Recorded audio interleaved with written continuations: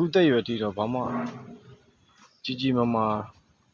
ကြီးကြီးကျယ်ကျယ်လုပ်နိုင်ခဲ့တာတော့ဘာမှတော့မရှိဘူးပေါ့နော်ဒါပေမဲ့ကျွန်တော်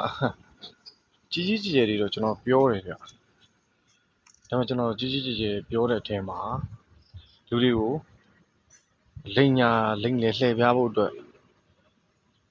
ကြီးကြီးကျယ်ကျယ်ပြောတဲ့စကားတစ်ခါမှမပါခဲ့ဘူးအဲ့ဒါကျွန်တော်ဘယ်လိုပြောလဲဆိုတော့ကျွန်တော်ရဲ့ကြီးကျယ်ပြောတဲ့ပုံကဗျာကျွန်တော်ကဟောပေါ့ဒီလူရဲ့နေရာမှာငါသာဆိုရင်ဘယ်လိုလုပ်လိုက်မှာအဲ့ကျွန်တော်ပြောတဲ့ဒီလူဆိုတာတော့တိတိမောမောတော့မဟုတ်ဘူးကျွန်တော်အရန်လုတ်ပိုင်ခွင့်အခွင့်အာဏာတွေအများကြီးရှိတဲ့လူတွေပဲကျွန်တော်ကဥတီပြီးတော့ကျွန်တော်ကြီးကြီးကျယ်ပြောတာဆိုတော့အဲ့နေရာမှာဘယ်လိုလုပ်လိုက်မယ်ဆိုတော့အခွင့်အာဏာတွေရှိတဲ့ဟိုတမရတွေဘာတွေညာတွေပေါ့အဲ့လိုပုံစံမျိုးတွေကိုကျွန်တော်ကကြီးကျယ်ပြောတာဗျဆိုတော့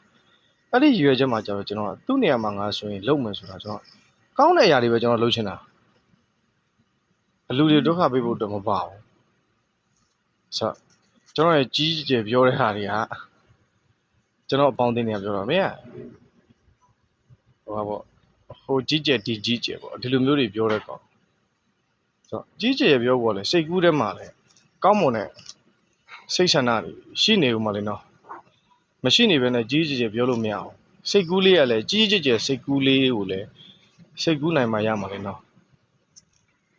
လာပါပဲ